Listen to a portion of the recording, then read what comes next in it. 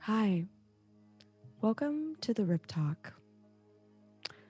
I'm going to guide you into another nice, relaxing meditation of sound and mind. I want you to take a deep breath in.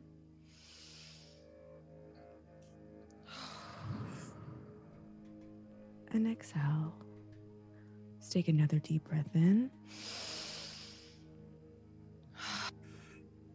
And exhale. Hopefully you are at a really comfortable position where you can close your eyes and follow my voice. I want us to go into a state of mind where you're able to visualize yourself in an apartment, a hotel room, somewhere where you can actually have a vacation or a staycation. Once there, notice you are feeling a bit uneasy. You might want to check your surroundings, lock your doors, and make sure you have top security. Today on the R.I.P Talk, we're going to be talking about murders, hotel rooms, and your safety. Hey, Jamie, what's up? Hi, Mark. How are you? I'm good. I'm just, doing the same thing. It's going to be my birthday on the 19th of February. So, Friday? yeah, I'm going to Do you be have any plans? 32. I thought you were going to say 22. Oh, do I look that age? Yeah, you're 32. You're going to have like a birthday dinner? I don't know. Maybe. Yeah. I don't know. Maybe. I am, I think that we talked about this before, but it's like I have discovered what happens to me is this. I go through these old phases of candy that I really like, I eat a lot of, and then I'll be like, no good. And then I'll go to the next thing and I'll be like, no good. And now, but usually my wheelhouse is consistent of hot tamales. Yeah. Good and plenty. I love. Oh, that. I love. I like Mike and Ike's. Yeah. And I do occasionally like frequent the Nerd Rope. Do you remember the Spice Girls lollipops? Yeah. You get them at Wet Seal. You get them at Wet Seal. Yeah. You know what? Speaking of that, like all these department stores, like just like dumb ones, they have like the candies and like that weird stuff that they sell. Hot Topic candies. Did you ever get into Hot Topic candies? Oh yeah, like in the vials, those were good. And they were like, they made your tongue black and shit. Yeah, like anything, like what was it? It was like colored like sugar like stuff. Yeah. Yeah. What? Major dye. It made your mouth black and you like are blue or something crazy. Like I'm like like you would like eat it and you're just like. So, Jamie, we have a new direction for the R.I.P Talk, and we're really excited about it. We seem to already be getting some pretty good feedback on it, and I'm pretty stoked. 2021 is going to be a really good year for us, and I've got a surprise for you. You have a surprise for me? Yep. Let me just cue in the surprise real quick. I'm just gonna. Oh my God. Hello. How are you? Hello, I am your LA Angel reporting for duty. Rebecca Knox, the LA Gumshoe. Wow. It is so nice to have you on the show. Nice to be here. Thanks for having me. Thanks for dropping in from your cloud of cotton candy. What's the scoop on the streets? Well, I hear nightly explosions, no joke, like actual literal explosions. And I'm told that it's meth labs blowing up. Not even kidding. This is just LA for you. Like you'll just be having like a nice time at home, and then all of a sudden you'll hear a massive explosion. And I'm constantly on my phone, like, what's going on? And someone told me that sometimes it's meth labs. I don't know if that's true, but there are loud sounds here. That's pretty insane. Yeah. I don't really know. Has there been like any deaths? Like, what does the news say on that? The news doesn't really report anything. So that's why you are. I never see cops in LA ever. They're not there when you need them. So, LA is just the city of sunshine. And the city of angels. And danger. Mm-hmm. Yeah. That's crazy. Mm-hmm. So what's going on with you guys? Same old. And I think that on the topic of danger and mystery, I heard that you had a couple stories to talk to us about your mystery and danger. Yes. I actually do have firsthand experience with real LA danger. So I currently live in Silver Lake, but before that, I was living in the Hollywood Hills, and I was in this house, and it was beautiful, but kind of creepy. And I felt uncomfortable about being there, but I liked it. Had a view, you could see the Hollywood sign. So I had a gut feeling to put in Ring cameras all around the property, and I did. And then 3 days later, I got a call from my landlord, like frantically, like 6 or 8 calls in a row. It was like really early in the morning. And I finally called him back, and he was like, Rebecca, you have those ring lights. Can you please just check and see if there's anything on there? Did you guys catch anything? What's going on? So I looked on my phone, and I, lo and behold, see a man with gardening gloves and a backpack and a hat coming through our back porch, trying to hops the fence, and then 3 hours later, bolting. And what I found out is that was actually my next door neighbor. Her ex-boyfriend there was a restraining order, and then he murdered her, which was extremely traumatic. Mm-hmm. But yeah, it's real. It's real. She was a beautiful woman in her 30s, like successful sex therapist, and he just showed up in the dark, hid inside her home, and then he threw her off of a ledge, and that was that. And I luckily was not home, but the police said that thanks to these cameras that I installed, they caught him right away because they could identify his face. His face is on my phone. I have these videos on my phone, and I have to go and speak at the trial because I have this camera stuff. I don't really know what they want me there for, but that was terrifying. And I don't live there anymore. It was actually 1 year anniversary yesterday. Wow. That is so horrible. Mm-hmm. That is horrible. And so do you feel like, okay, so a couple things. Why initially did you feel like you needed to get cameras? Like, what made you feel like you were kind of spooked, from Jump Street, that you were like so, persistent on getting these cameras? I just had a gut feeling. Like, it was a strong gut feeling. I just knew in my gut. I can't explain it further than that, but I felt it. I was like, this keeps popping up in my head. Like, I feel like this is something I need to do, and I just can't explain it further than that. Yeah. Like, then they were put up, and lo and behold, they really did do something good. I feel like that's like one of the most interesting things ever. Do you know what I'm saying? Like, you didn't have any kind of like run in with any of this before, and then like prior to this happening, like you just start getting this like really strong intuition of I need to get these cameras, and then you get them, and you're able to essentially like solve a crime. Yeah, and that's what happened. And I mean, I don't know, I feel like he must have been watching for weeks.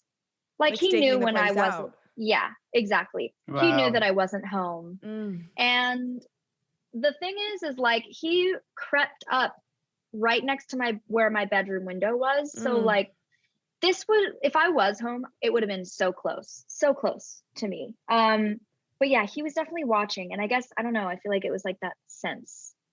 I'm very close. I have good intuition, I think. Sometimes not at all, but sometimes I do. Sometimes I make bad decisions, but you know, I think we all do. So yeah. That is so insane. And do you feel like you kind of have other experiences where you are in touch with kind of like that other sense, like that sixth sense? Yeah. Well, I mean, when I was living in New York, I lived in a very old apartment building, one of the earliest apartment buildings of its kind. It's from like the 1910s, and I lived there alone. It was like very, you know, tall ceilings, old chandeliers, bookshelves. It was my grandmother's place, so you know, it passed down to us. And so I was living there alone, and I always had a feeling like there was some ghost hanging around. I always had this sense that there was just a presence, and like there would be certain moments when I'd hear like creaks more than others. And you know, like I would hear footsteps literally walking right behind me, and it's not the footsteps I heard from my neighbors upstairs, because I know what that sounded like. And I know what it sounded like downstairs. And then I knew what it felt like when someone was physically there walking. So it sounded like someone was actually next to me, and I'd feel like a breeze behind me, nothing there. And of course, granted, I could also just be a little crazy or it could be there. So my friends and I had a seance to see what's up. And was this, this is like your first seance you've done there, right? Or were there like prior That's the only ones? time. Okay. That's the only time. One time was enough. It was terrifying. I don't think I'm ever going to do one again. We followed, like we looked online and we followed the, you know, guidelines to what you're supposed to do. We sat at a circular table. We had a pomegranate offering. And then, you know, it was 4 of us. We all held hands and we chanted, and we had like one of my friends, Alexa, she was kind of like the leader of the ceremony. And so we all sat there, and all of a sudden, I will never forget, the room got so hot and like heavy. It was a heavy room, and everyone started to hysterically cry at once, which was bizarre. We were all hysterically crying, and all of a sudden, out of nowhere, Andrew, my friend, was sitting across from me. He felt, and so did I, a like cold, bony grasp like this on my arm. I screamed. I jumped out of my chair. He did too, across from me. We felt it at the same time. And that's when we kind of were like, okay, it's time to stop. This is not. Also, I'm the only one who's going to have to sleep here. You guys are all going home. Like, yeah. So we did the ceremony, thanking the spirit, saying goodbye, and then saged everything. But that was enough for me to understand that I don't need to mess with that stuff. I'm very fascinated by it, and I do believe in that, but I'm good. Yeah. Do you have like, after that happened, did you notice that you had a little bit more experiences there, and are within your whole life, like not your whole life, but like after that, did you feel like your day to day, like you were a little bit more open to things? And I mean, yeah, I guess I just was kind of more accepting of the presence that I already kind of knew was there. And I do think it's an old man who just likes the company. Like he was just an old guy. Yeah. Like I always got like this old man presence who just like honestly liked the company. Like, you know, sometimes my lights would go on and off like in a hello kind of sense. And I got electricians to check this shit out. You know, I did all my research, but sometimes it would just happen and I would just feel him there. And to be honest, I think he just really liked the company. You know, my friends and I are like, you know, wild, and we'd like hang out and he'd be around. I felt him, but who knows what it was. And this was like, okay, sorry. Yeah. Oh, sorry. I was going to say, it was like, you know, when you did the seance, there could have been a possibility that you were almost even tapping into other rooms and other apartments within that building. So that maybe there was like a cumulative energy of all these different people that might have passed away from there. I did not think of that. But I just remembered a detail about this seance.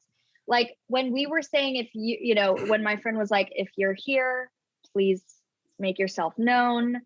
Chills. And I know, oh God, you should have felt that room. I mean, it was a whole body chill situation. There was actually a tapping on the wall. Yes, there was a tapping on the wall. And the thing is, it's crazy. It's like the 3 other people I was with, none of them knew each other prior to that night. Like I was the friend that invited my 3 random friends to dinner. And of course, come to Rebecca's house, you're going to do something weird. So they were all game, but none of them knew each other. And we all have this like, cumulative memory. That's just insane. And it was 3 knocks. It was 3 knocks. I remember very specifically. That's like, that is like a thing. A thing. Yeah. The 3 knocks, like there's numbers. And whoever, like if people out there who are listening to this, if you're into that kind of stuff and like know more about that, apparently I know I don't, but it's like the amount of knocks means something. It's pretty wild. I feel like 3 is like evil, right? Isn't it like, like at 3 a.m. the spirits come the out, witching hour, or at least I think it's at least the mocking of the Trinity. That's what it is. Really? Yeah. No. So look it up, baby. Look it up. No. Google it. It's the mocking of the Trinity. 3 a.m. the witching hour. The 3 knocks. You have the 3 scratches when people get visited by any kind of spirit. It is the mocking of the Trinity. 1, 2, 3. I do know how to count. That is one thing I can do. I can't read, nor can I really talk half the time, but I can count from Sesame Street. That is me, the Count. I love that. He was my favorite. He's my favorite too. I love him. Yeah, he's great. Okay, so going back, so was this an old was it always an apartment building? Was it a hotel at one point in time? Did it convert, you know what I'm saying, to like it was always it was always an apartment building, and it's like beautiful. I mean, it's beautiful architecture. The thing that I love, my parents still have it, so hey, if you guys want to meet up in New York and try it again, I'm sure we can conjure some fun stuff. But it's just like high ceilings, big chandeliers, like very old New York. There's just I feel like, every single person who has walked into that apartment has always said, I feel something in the library, because there's a library dining room area that is just my favorite room ever. But in your old apartment are just in the old apartment. And every single person who walks in, they always are like, this room. And I was like, I know. This is the room where the tapping was too, the light switch. Like that's the room. I mean, it's beautiful. And I don't get a negative feeling there. It's not dark, but it's old. That's really nice and scary. Like what I'm envisioning is like real, like dreamy, like a dreamy haunt, like a dreamy haunt. Mm-hmm. Like some candles, like the movie Ghost. That's a good, Oh God, I mean the movie Ghost. I love that movie. We all know I just recently watched that, and it definitely took me on a dark turn. And today I actually am seeing some light. Definitely, wait, Whoopi Goldberg's in that. Yeah. And I think that like her. I was literally just thinking about Whoopi, and then you said her name. Yeah, I love her. Her character is so good at it. Oh, I was just gonna say, like, I go out of my way to watch movies that I know will make me hysterically cry sometimes. Oh yeah, like Artificial Intelligence. I will always fucking sob to that movie. I love Jude Law as the prostitute robot. Gets my heart every time. Jude Law, I remember I had such a big crush on him. Oh, me too. He was a fox. Is he a fox now? Probably, yeah. I think once you think so? Fox, always a fox. Sometimes not, though. Yeah. Sometimes no. I don't know. Sometimes like I still think Mick Jagger's sexy. Just like the simple touch of holding a hand is like making me cry these days. The simple touch of a cold, bony ghost. Oh yeah. Yeah. That is so funny. I never want to feel that shit again. That's scary. The stuff of nightmares. Like it was like a touch, it wasn't like a touch like you feel like in real time, but it was like the idea of a touch. That's what I'm trying to like an imprint, it was like, almost. Yes. I do have a story about a bony touch. Please. My grandma, my grandma, she lives in a older house and it's haunted. And the room that she stays in now, it was my dad's room when he was growing up. And he had always had things happen to him, especially when he was sleeping. Like he felt like something was on him and couldn't get off. And moving forward now, my grandma's sleeping and her hand's off the bed. And she often says that she wakes up to a bony hand, a tiny hand, grabbing her fingers. She thinks it's a demon. Yeah, she's like, they're demons attacking you. Do you know that that's when you are your most vulnerable, is when you're sleeping? And so that's when a lot of things happen. A lot of people experience a lot of things. And so during the time that she's sleeping, she often feels like something grabs, like a bony coldness. That's not nice. That fucked up. Yeah, that's not nice. I don't know. I mean, is this the grandma that you were saying like is very in tune with that? No. This grandma, she's very in tune. She is really religious. Like she was really into, I don't even know. She's a Christian now. She's like a born again Christian. She was a strong Catholic, in her younger days. And then she just kind of like went through the different phases, but she's really, really, really religious. And she does a lot of like real like rebuking in her house of like some dark spirits all the time. Like she's totally aware of everything going on.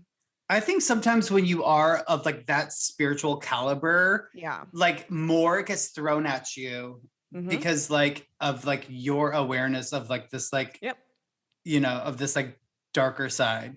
Can you do me a favor and tell me what your sign is? Yeah. I am a Taurus, Sun, Scorpio moon, Cancer rising. So very emotional. Very emotional. That's really just what everyone says. I'm just very emotional. But yeah, I feel very connected to my Scorpio moon. So. Your moon is like really emotional, deep. Really. Yeah, and like witchy, which makes so much sense considering all of the things I'm into. And somehow the reality that I live in always tends to be a bit more on the spooky side. Like things happen. I happen to be the neighbor when murders happen. It's just like, I don't know. I feel very connected to the unknown. Yeah. My grandmother talks to me in my sleep all the time. I've had very strange experiences. So like, you mean like, are you awake when she talks to you or like? Awake, asleep? Like I have this thing, what's it called? It's like, we were talking about this, Jamie. It's like you're sleeping, but there's like a dark figure. There's like a name for sleep paralysis. Sleep paralysis. I have that. So sometimes it used to be bad when I was living in LA. I mean, in New York, actually, in that apartment, I would be asleep, but I was awake. I was actually awake, but I just couldn't open my eyes and I couldn't move my body, but I could hear voices in my room. So I remember lying in my bed and I'm very much so aware and awake and I can't open my eyes and I can't move my body. And there are voices around me. It's not nice. So when you heard these voices, I'm only asking because like I've heard things too, and like when I'm like in that like in between like being asleep and awake, and when I would hear things, it was like it sounded like it was right next to me, but it was also like it could sound like it was like maybe down the hall. So it's this like weird mixture of both of those. Isn't that scary? Yeah, it's like I feel like that could be another dimension. Yeah, for sure. And then it also sounds like it's in your head too, but also outside of, Yeah. It never felt like it was in my head, but I heard it like they were speaking next to my bed. Yeah. And then speaking like someone's walking away and I hear the footsteps, but but there's like everything's happening in the room, but I can't move. That is one of the scariest feelings. Did you ever see like those voices? Did you ever see those kinds of like those like shadow people? Or I never saw shadow people. No, it's more like the sound. But no, I've read about there's a documentary about sleep paralysis and it's Nightmare. spooky. Is it The Nightmare? I think that's what it's called. It's so scary. So scary. What I think is really strange about that is that people from all around the world have had a collective experience and have seen the same types of entities. Yeah. All throughout the world without having any kind of communication back and forth of. So like, what is that? Yeah. What is that? It's an unsolved mystery. It's like, it's so scary. This is going to be so nerdy though. Oh, Jamie, say something. No. I'm just so like, nerdy. I've never experienced any kind of voices like that. Thank God. Horrible. Like in my sleep, or I would be the voices coming to you guys because I would be dead. Like I would have perished in my fucking sleep. God. Oh yeah. I mean, I actually like when that was like bad for a while in New York. I like was always sleeping over at friends' houses because like it wouldn't happen if I was not at my apartment. So now I'm like, something's happening at is that there apartment. A connection? Yeah, but it never felt like. I mean, I think that was just like a negative like thing that was coming through, but. I don't know. I don't know. I can't explain it. Yeah. That is so scary. So I'm not to change the topic, but I was watching, and I know that I just watched the documentary, or I'm starting for the Cecil Hotel, and how I'm almost done with that. And how crazy it is, and it's in your city. So do you want to give us a scoop? Well, I mean, I remember hearing about, I remember when this story broke, and I remember seeing this like video on YouTube of this girl in the elevator, acting erratic, and then all of a sudden she's found in the water tower. I remember that memory so well, but then I didn't really ever know the details. And watching this documentary, it's just like, it's so creepy and it doesn't make sense. And they're trying to blame mental illness, like she climbed in, but how did the door close? Like she couldn't have reached up and closed it. I don't know. It's just like it's that hotel is known for murders. I mean, the Night Stalker also murdered there. And then also I saw like, I don't know where you are at in the documentary, Mark, but did you see that the movie, it's called Dark Water? Yeah. Parallels. Weird. It's very weird. Like 10 years prior, this movie came out about like, a girl who dies in a water tank and then the water comes out brown, and it's literally like almost the same story. Yeah. That gives me chills. Like it's so scary. Like shit like this ruins me. It's so scary. It is horrifying. That's why I'm like, the LAPD, they're like, not really around. Yeah. Like, I mean, for example, like when after the horrific murder happened next door, one of the detectives gave me his card, and then I saw on the news, not because they called me or let me know, the young woman alone next door, I saw on the news that Gareth Pursehouse, the murderer, was let out on bail because his mom paid $1 million. So this guy's out again. And I was like, why the hell hasn't someone contacted me? They've spoke to me. They see who I am. They see that I'm alone. Yeah. So I called them and I was like, excuse me, can you make sure to be watching over where I live? Because he clearly was watching where I was as well. Mm-hmm. And then, it's like pulling teeth. I think that LA, we should do better. Yeah, for sure. That's so scary. It's so scary. Yeah. The city of angels, actually the city of demons. Should we? Yeah. It's like such a high-low vibration there. I feel like there's like some really, really high, beautiful energy, and then there's some like the darkest energy you could possibly imagine. It's both. And it's also in terms of the people you hang out with here. It's, you know, you could either be in the dark, low vibrational energy. And that's kind of where I, you know, was when I first moved here. I didn't really know a lot of people and it was darker.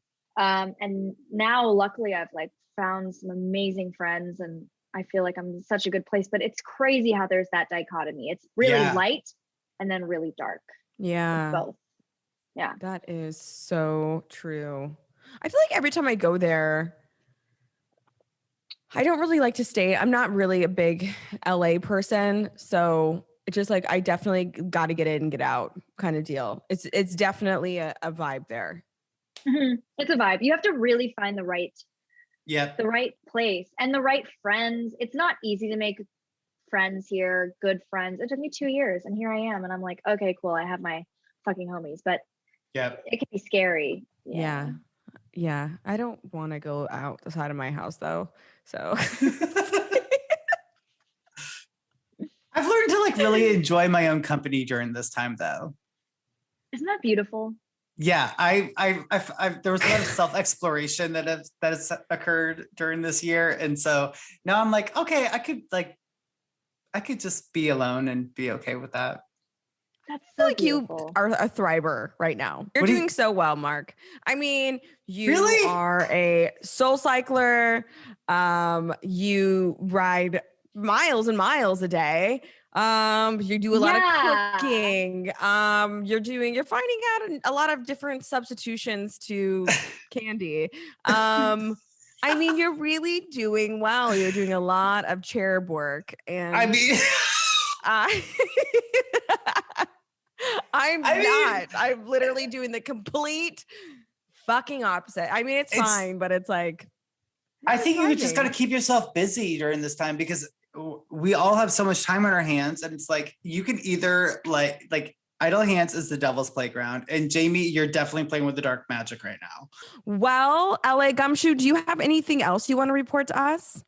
No, that's all for now. Thank you for having me. Thank you so much for popping fun. in. Yeah. And this will not be the last time everyone sees our Gumshoe. Yeah. Yeah. Hello, it's Rebecca Knox, your LA angel from the R.I.P Talk.